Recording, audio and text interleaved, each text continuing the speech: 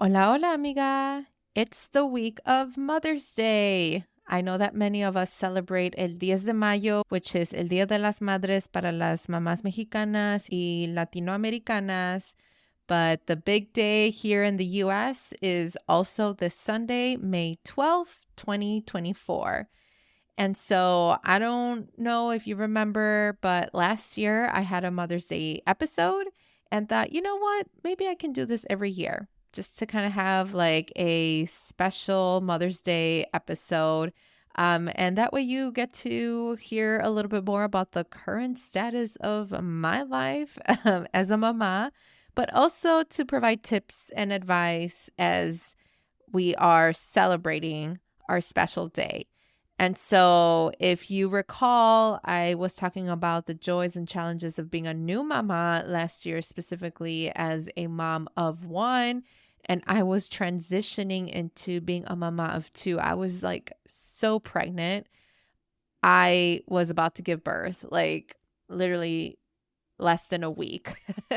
And so I actually went back to my episode from last year's Mother's Day special, and I'm like, oh my gosh, I was expecting Mateo, and now look at him. He's about to be a year old at the time of this recording. And so things have gotten a little busier for sure.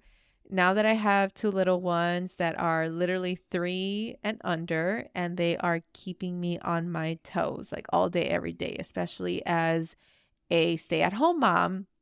And so this Mother's Day episode is all about sharing my experiences, kind of like the ups and downs of being a mama of two, but we'll also chat about what it's like to have double the love and maybe double the meltdowns, but why teamwork is also key and how to navigate the wild and really like great world of having two little ones. And so stay tuned on this episode as I share more about just like lessons learned as a mama of two. Welcome to the Viva la Mami podcast. I am your host, Jessica Cuevas. I am a mother of two on a mission to help redefine the meaning of madrehood as a modern Latina mom.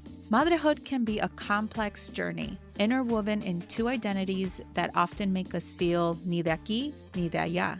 Viva la Mami is committed to providing you with knowledge, tools, and support to navigate the challenges and triumphs of madrehood as Latina moms. On the show, we'll be discussing culturally relevant topics that will help inform and empower you in whichever season you are in on your motherhood journey. We'll be joined by Latina moms, experts and professionals who can offer advice, practical tips, relatable stories, and honest conversations.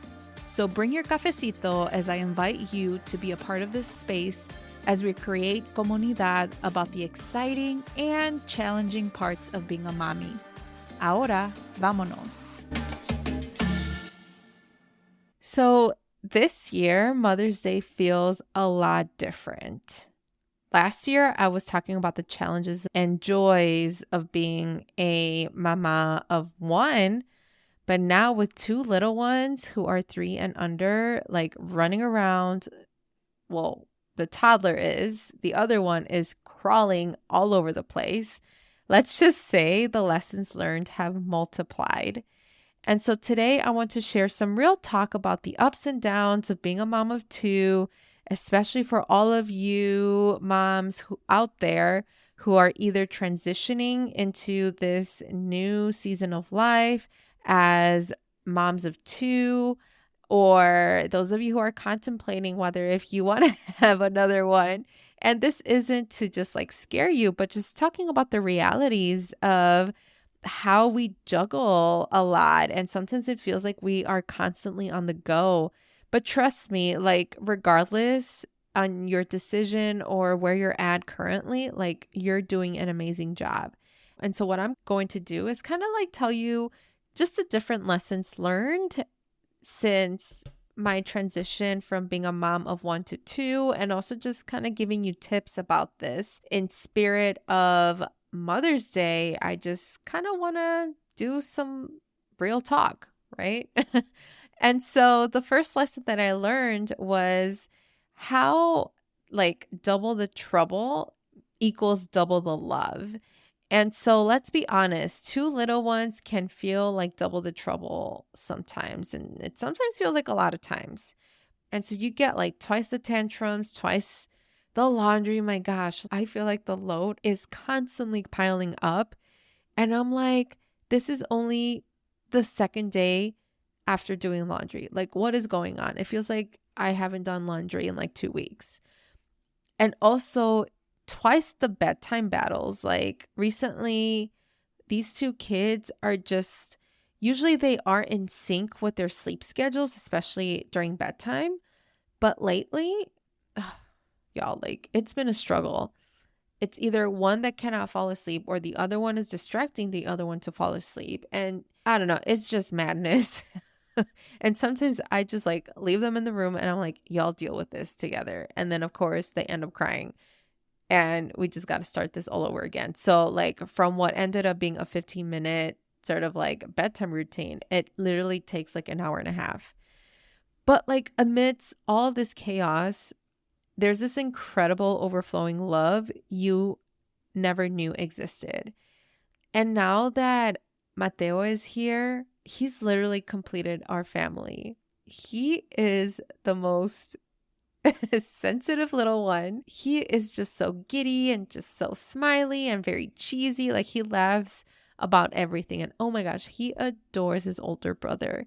Like Diego, even though I still sense a little bit of jealousy, like he is doing an amazing job. Like he is his protector. And you could tell like they're just going to have so much fun growing up together. Even though right now Diego is a toddler and Mateo is almost 1, like he is soon to be a toddler and I'm a little scared about that. Like seeing your children interact with each other in their own kind of way, their little bond is literally forming. And I am just so excited to see them grow together and to see them love each other and grow their love for each other even more as time passes. And so even though it is a struggle and you are literally taking care of 2 children at the same time, especially if you have little ones, like y'all, it is so hard. But at the end of the day, it's just so amazing seeing them interact with each other, knowing that you have this ability to raise 2 human beings at the same time. Like, it is amazing. And so that is kind of like the first lesson learned, that even though it is a struggle, this kind of love that you develop for 2 overcompensates the struggle. Lesson number 2 that I've learned in my transition to like being a mom of 2 now is the art of letting go. Remember that first year with your firstborn? Everything felt so new, so precious. You've probably wanted to control every single aspect of their life. But with 2, you quickly learn to let go of some of that control. One example of this is like feeding schedules. Oh my gosh, like I was to the T with Diego when he was born. I was counting every time when he was like feeding. And I think that's one of the reasons why I experienced low milk supply, because I didn't get to empty out my breast, because here I am thinking that, oh, you should feed your baby 15 minutes each side, you know, and obviously maybe Diego wanted more, or perhaps he needed some more time to fully empty out my breast. And that impacted my milk supply. And so this time around, I was like, screw these apps. I was like, screw these schedules. Like, why should I time my baby's feeding schedule when it should be based upon the baby's cues, when it should be upon their hunger cues and when they are full? And so you can't micromanage every time they are on a nap schedule or every time when they are being fed. Like, it is okay to let go. And this can be tough, but I promise you, it also helps you relax and enjoy the moments, and it helps your overall mental health. Trust me, let go of that anxiety, even though it is hard. Trust me, just let go. The third lesson that I learned was the importance of teamwork. And we as Latinas, we are known for our strength and independence, but mamas of two, we can't do it all alone. This is where your partner, your village, your amazing network of other moms can come into play. Make sure to delegate, ask for help, and don't be afraid to say no sometimes. Set those boundaries because it is so important that you should be a happy mama. And a happy mama means happy kids.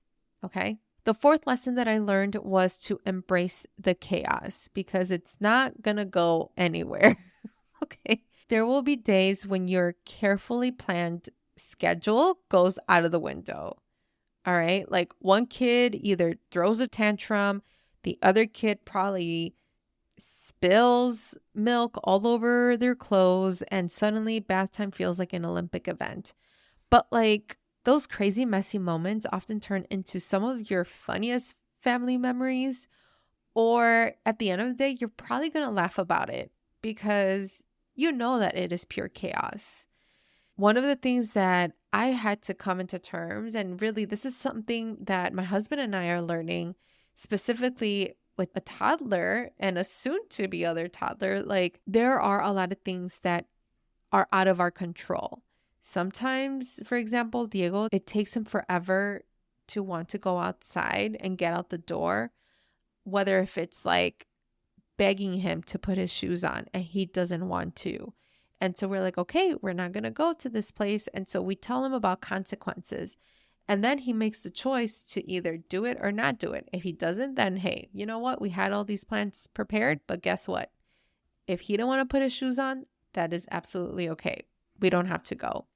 And we also have to teach our kids these consequences because if we're going against their will, I mean, sometimes it can be a little bit more chaotic. The final lesson that I learned is that you are enough. And that is something that I am still learning.